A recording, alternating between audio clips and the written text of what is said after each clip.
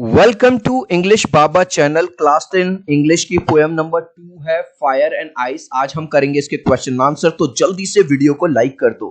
I hope children आपने video को like कर दिया है और अभी तक चैनल को सब्सक्राइब नहीं किया तो सब्सक्राइब कर दो सो दैट आपको हमारे सारे अपडेट्स मिलते रहे। क्वेश्चन नंबर 1 देखिए, there are many ideas about how the world will end. ये कह रहा है बहुत सारे ऐसे तरीके हैं, बहुत सारी ऐसी थ्योरी है जिसमें ये बताया गया है कि संसार कैसे खत्म हो सकता है। एंड का मतलब खत्म। Do you think the world will end someday? क्या आपको लगता है ये संसार कभी खत्म होगा? Have you ever thought what would happen if the sun gets so hot? आपको क्या लगता है अगर क्या हो जाए, क्या होगा अगर जो सन है, जो सूरज है, वो जरूरत से ज्यादा गर्म हो जाए, इतना गर्म हो जाए कि वो बस्ट हो जाए, या इतना ठंडा हो जाए, इतना ठंडा हो जाए कि हर जगह बर्फ ही बर्फ जम जाए, तो क्या होगा? तो सबसे पहले चिल्ड्रन इमेज से समझो। पहले क्वेश्चन ये पूछ रहा है कि आपको लगता है ये वर्ल्ड है, ये जो संसार है, ये कभी खत्म होगा? तो इसमें हम लिख सकते हैं हाँ भाई हो सकता है। और फिर क्वेश्चन पूछ रहा है क्या हो अगर सन जरूरत से ज्यादा हॉट हो जाए। चिल्ड्रन आपको पता है इस अर्थ पे जो लाइफ है वो सन की वजह से ही है। अगर सन जरूरत से ज्यादा हॉट हो गया, इतना हॉट हो गया कि बस्ट हो जाए, तो हर तरफ आग लग जाएगी और ये संसार खत्म हो जाएगा। और अगर सन इतना ज्यादा ठंडा पड़ गया, इतना ठंडा पड़ गया कि हर जगह बर्फ ही बर्फ पड़ जाएगी, बर्फ ही बर्फ होगी, तो भी ये संसार खत्म हो जाएगा। अब इसी बात को हम अपने वर्ड्स में कैसे लिखेंगे? सबसे पहले इन्होंने पूछा है have you sorry do you think the world will and something? क्या आपको लगता है किसी दिन संसार खत्म हो जाएगा? बस एक वर्ड में आंसर है yes, the world might and someday. हाँ, ये संसार किसी दिन खत्म हो सकता है। अब ये पूछ रहा है क्या होगा अगर if the sun gets so hot? If the sun gets too hot it will burn and the earth. अगर जो सूरज है वो जरूरत से ज्यादा गर्म हो गया, ठीक है, ये अर्थ को ही जला के रख देगा। एंड यहाँ पे आईडी नहीं, इफ आएगा। If the sun gets colder and colder it will freeze everything. और अगर ये जरूरत से ज्यादा ठंडा पड़ गया तो हर चीज फ्रीज हो जाएगी। And there will be no life without sun. और फिर सन के बिना कोई लाइफ नहीं होगी। कहने का मतलब यह है अगर सन जरूरत से ज्यादा गर्म हो गया तो भी ये संसार खत्म हो जाएगा, और अगर सन जरूरत से ज्यादा ठंडा हो गया, सब कुछ फ्रीज हो जाएगा, तो भी ये संसार खत्म हो जाएगा। Next, for Frost. फ्रॉस्ट कौन है? इस पोएम के पोएट हैं जिनका पूरा नाम है Robert Frost. What do fire and ice stand for? Fire उनके लिए क्या मतलब है, और आइस का? चिल्ड्रन लिटरल मीनिंग तो फायर का मतलब होता है आग और आइस का मतलब होता है बर्फ। लेकिन वो कह रहे हैं आग ऐसी चीजों को जो बढ़ती जाती है, जैसे कि लस्ट है, लालच है, ठीक है। तो यहाँ पे सब लोगों ने डायरेक्ट आंसर दिया है, लेकिन मैं पूरे यूट्यूब पे आपको सारे वर्ड्स का मतलब बताऊंगा। तो सबसे पहले सारे वर्ड्स का मतलब समझो। ग्रीड का मतलब होता है लालच, ठीक है। फायर का मतलब जिसको इन्होंने फायर कहा है। एवरेज का मतलब लोभ यानी लालच। लस्ट का मतलब सेक्सुअल अट्रैक्शन होता है। कन्फ्लिक्ट मतलब टकराव। फ्यूरी मतलब गुस्सा, रोष।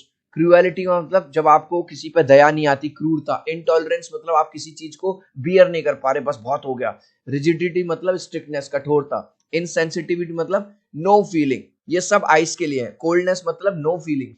इनडिफरेंस मतलब लैक ऑफ इंटरेस्ट, कोई इंटरेस्ट ही नहीं है। हेट्रेड मतलब घृणा। तो आपने देखा जो रॉबर्ट फ्रॉस्ट ने जो फायर वाले वर्ड्स हैं उससे जो मिलते जुलते हैं वो है ग्रीड, एवरेज, लस्ट, कन्फ्लिक्ट, जो बढ़ते जाते हैं। तो यहां पे मैं आपको आंसर में कैसे बता रहा हूं, बस आपको आंसर में लिखना फायर स्टैंड्स फॉर। फायर किसके लिए है? ग्रीड के लिए, एवरेज के लिए, और लस्ट कहां है? ये रहा लस्ट। और कन्फ्लिक्ट एंड फ्यूरी, ठीक है। कन्फ्लिक्ट ये रहा और फ्यूरी ये रहा। तो ये तो है फायर के लिए जिन पे मैंने टिक लगा है। Ice stands for cruelty. अब देखो जिस पे मैं सर्कल कर रहा हूं ये आइस के लिए, क्रूएलिटी के लिए हो गया, इनटॉलरेंस के लिए हो गया, ठीक है, रिजिडिटी के लिए हो गया, इनसेंसिटिविटी के लिए, कोल्डनेस के लिए, और इनडिफरेंस और हेट्रेड के लिए। समझ में आ गया? आप चाहो तो इसको इस तरह से लिख सकते हो, एक तरफ लिख देना फायर, एक तरफ लिख देना आइस। फायर वाले में ये वाले ग्रीड, एवरेज और इस तरह से, और दूसरे पोर्शन में वो वाला। अब क्वेश्चन है what is the rhyme scheme of the poem? Poem की जो राइम स्कीम है वो बताओ। चाहूं तो मैं आपको ऐसे करके रटा सकता हूं कि भाई ये रही ए बी ए बी सी, लेकिन हमें रटना नहीं है, समझना है। आ जाओ आज तो मैं ब्रह्मास्त्र दे देता हूं, सिखा देता हूं। सबसे पहले जितनी भी लाइन है उनको देखो। लास्ट में देखो फायर आया, मान के चलो आपने इसको ए माना। अब देखो फायर से मिलता हुआ राइम वर्ड कौन सा है? आइस तो नहीं मिल रहा। डिजायर, फायर, डिजायर, फायर, तो फायर राइम कर रहा है, ए दे दो। राइम कर रहा है, ए दे दो। और कोई नहीं है, ठीक है। अब देखो आइस, आइस को दे दो बी। अब देखो आइस से मिलते जुलते, ice twice B, ice B और सफाइस, ये भी जो मिल रहे होंगे उनको एक कैटेगरी में रखना है। अब देखो हमने ये कर दिया, ये कर दिया, ये देखो। अब देखो हेट, हेट और ग्रेट, तो सी इसको मिलेगा सी। तो यानी हमारी राइम स्कीम क्या आ गई, पहले ए, फिर यहाँ बी, फिर ए बी, ए फिर B C B, B C B और सी बी। अब आप देखो A B A B C, A B A B C B C B. मजा आ गया चिल्ड्रन? अगर आज पहली बार किसी ने आपको राइम स्कीम सिखाई, अगर मजा आ गया हो कि सर रटी नहीं है पहली बार, स्कूल में भी टीचर ने नहीं बताया था, तो यार वीडियो को एक लाइक कर देना, चैनल को सब्सक्राइब कर देना। इस चैनल पे आपको Hindi, English, science, social science सबके बहुत प्यारे नोट्स मिलेंगे, देखते ही याद हो जाएंगे। तो इंग्लिश बाबा चैनल को आज ही सब्सक्राइब कर लीजिए। बढ़ते हैं नेक्स्ट क्वेश्चन। इसी में पूछ रहा है, how does it help in bringing out the contrasting ideas in the poem. तो चिल्ड्रन कॉन्ट्रास्टिंग मतलब अपोजिट। तो देखो पोएम का नाम ही है, फायर का मतलब आग और आइस का मतलब बर्फ।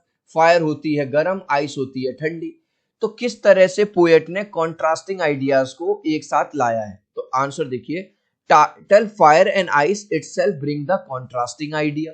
जो टाइटल है फायर एंड आइस, खुद से ही देखो आग क्या है, गर्म है, बर्फ क्या है, ठंडी है। तो ये खुद ही कॉन्ट्रास्टिंग आइडिया दे रही है, because fire represent something very hot, क्योंकि फायर का मतलब है कोई चीज, ऐसी चीज जो बहुत ज्यादा गर्म है। While ice represent something very cold, और आइस का मतलब है कोई चीज बहुत ज्यादा ठंडी है। गाइज अगर आप मेरे से बात करना चाहते हैं तो इंस्टाग्राम पे मुझे फॉलो कर लीजिए englishbaba.eb। इसके साथ साथ आप हमारे MCQ चैनल को सब्सक्राइब कर लो। MCQ चैनल आप लोगों के प्यार और सपोर्ट से 1,80,000 से ज्यादा सब्सक्राइबर हो गए। इस तरह का लोगो है, लिंक मैंने डिस्क्रिप्शन में दे दिया है। इस लास्ट क्वेश्चन का आंसर आप मुझे दोगे कॉमेंट सेक्शन में, देखूंगा कितने बच्चे राइट आंसर देंगे। According to poet the world will dash one day, एक दिन क्या खत्म हो जाएगा, world will dash one day, क्या हो जाएगा, वर्ल्ड एंड हो जाएगा, बिगिन हो जाएगा या लव। आप चाहो तो अपने आंसर में कमेंट में ए बी या सी लिख देना, मैं समझ जाऊंगा। सो आई होप मेरा ये वीडियो आपको बहुत अच्छा लगा होगा। प्लीज वीडियो को लाइक कर देना, चैनल को सब्सक्राइब कर देना। अब हम मिलते हैं अगले वीडियो में, बाय बाय।